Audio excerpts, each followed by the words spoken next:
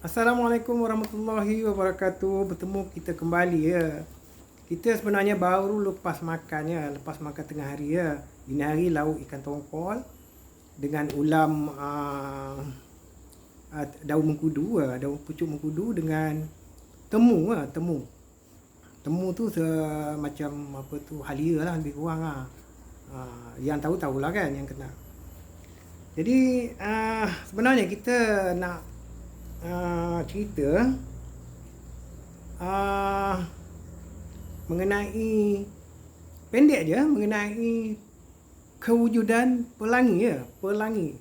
Dulu pernah viral sekejap ya, pelangi ya. Pelangi ni, sebelum kita nak cerita tentang pelangi, kewujudan pelangi, mari kita faham bahawa kewujudan pelangi ini adalah disebabkan oleh tiga perkara ya, ataupun tiga unsur ya,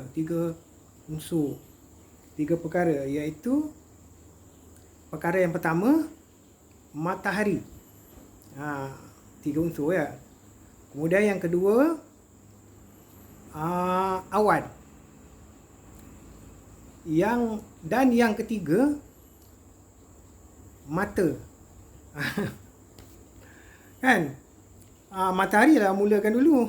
Cahaya yang terang kan menyinar daripada matahari, kemudian awan yang mengeluarkan air, titisan air hujan, dan cahaya tu bila kena dengan titisan air hujan dia terbias ya. Terbias dan membentuk pelangi. Tetapi belum boleh dilihat jika tiada penglihatan. Kan? Jadi yang ketiga adalah mata ya, penglihatan mata ya. Jadi yang pertama, unsur matahari ni kita beri nama dia mambang merah ya. Sebab matahari ni kan dia mengeluarkan api kan, jadi kita panggil dia mambang merah lah kan. Dan yang kedua dia awan. Oleh kerana awan ni dia mengeluarkan titisan air yang jernih kan, menjatuhkan air yang jernih, jadi memang sesuai lah kalau kita bubuh nama dia mambang putih ya, sebab dia jernih kan, jadi sesuai sangat lah mambang putih ya. Dan yang ketiga kita panggil dia mambang hitam, sebab apabila terbentuknya pelangi, mata kita kalau kita pejam ya, macam ni kita pejam, memang kita tak nampak pelangi kan. Kita kena buka mata kan, jadi mata kita kan yang bulat mata tu kan hitam kan, jadi sesuai lah kalau kita bubuh mambang hitam ya.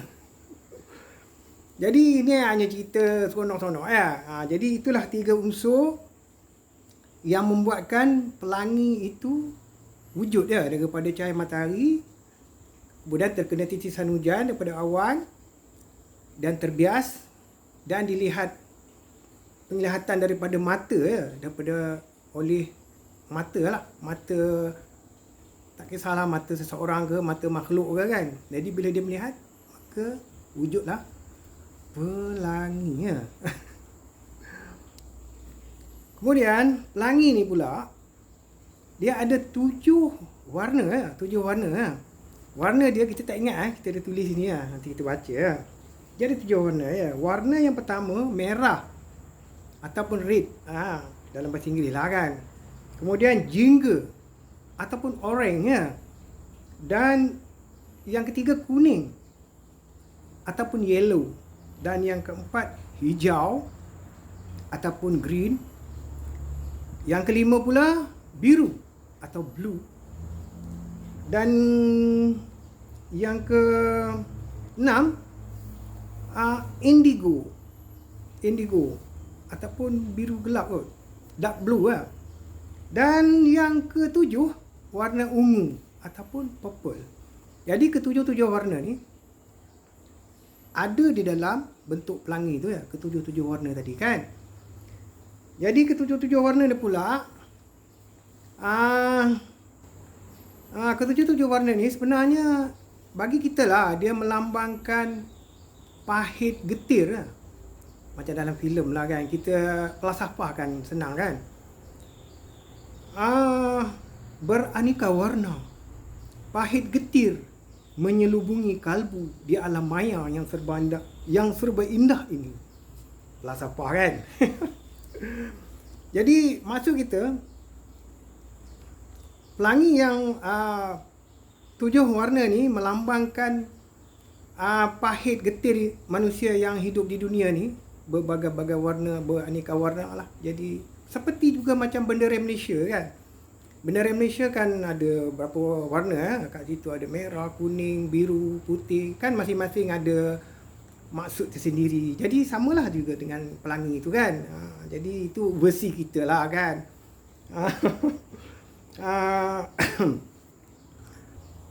Jadi kita fikir secara sederhana, kita fikirlah fikir secara sederhana ya, fikir secara sederhana.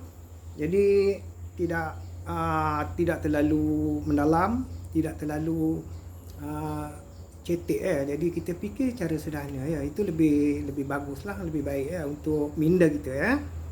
Kemudian dalam banyak-banyak 7 warna ni, ada satu warna itu, warna yang mewakili 7 warna. Yang mewakili 7 warna ialah sudah tentulah warna merah. Sebab dia yang dulu kan, matahari dia adalah warna merah, jadi dia mewakili ke-7 warna tadi ya. Itu adalah warna yang pertama ya, warna yang mula sekali. Dia mewakili ya ke-7 warna tadi. Dan juga bagaimana dengan awan ya? Awan ni berwarna putih kan, bersih. Ke-7 warna ni pula, jika kita rangkumkan, kan dicampurkan ataupun disatukan sekali, mengikut sains dia akan membentuk menjadi warna putih kan. Jadi satu warna, iaitu warna putih ya. Daripada 7 warna tadi kan dirangkumkan menjadi satu warna, iaitu warna putih. Jadi sesuai dengan warna awan ya. Dan yang ketiga adalah warna hitam ya. Warna hitam tak ada ya, tak ada dalam 7 warna pelangi memang tak ada warna hitam kan. Tapi di sini warna hitam ini oleh kerana dia yang terakhir, warna hitam, maka dia ada terlibat juga walaupun dia tidak ada dalam 7.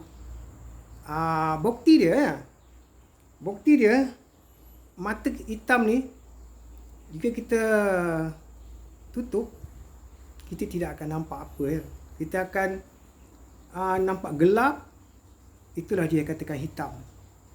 Jadi dia terlibat juga ya. Bila dah tutup mata, gelap lah, tak nampak kan.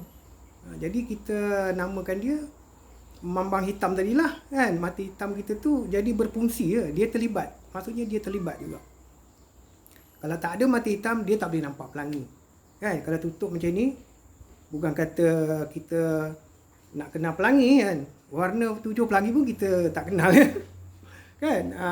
Jadi begitulah kan. Dan walau macam mana pun kan, walaupun mata kita telah tutup, kita dah tak nampak pelangi kan,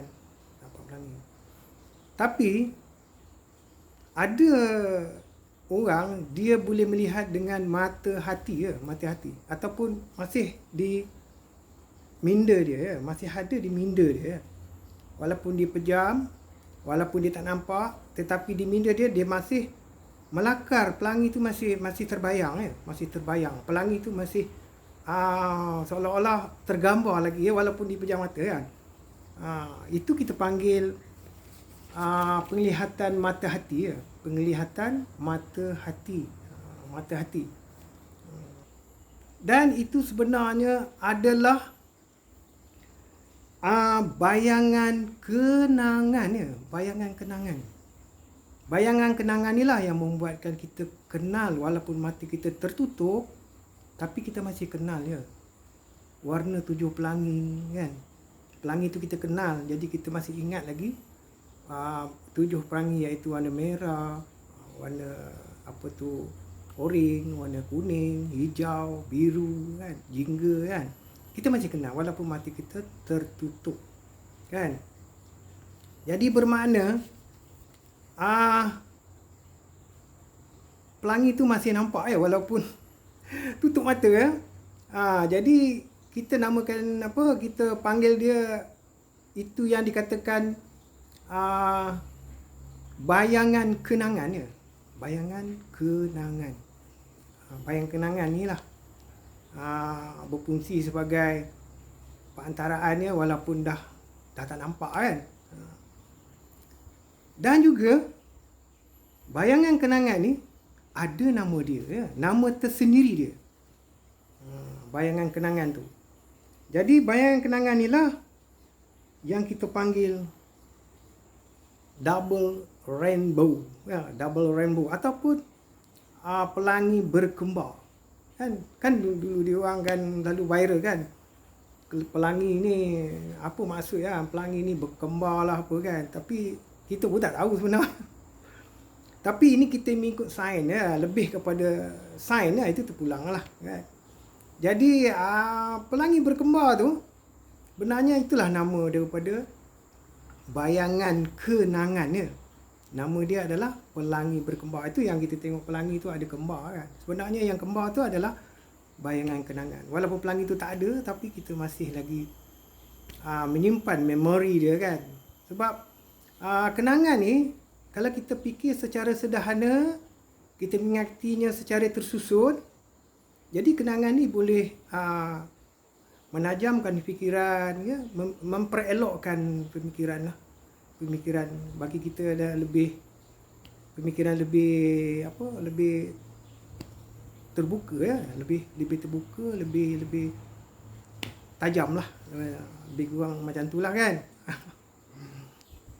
Kerana bayangan kenangan ni ataupun double rainbow ataupun pelangi berkembar sebenarnya amat indah kalau kita ingatkan dengan cara yang baik, ingatkan dengan cara yang sederhana dan tersusun, maka dia akan menjadi perkara yang sangat-sangat indah Jadi semua cerita-cerita ni adalah ciptaan daripada Yang Maha Berkuasa.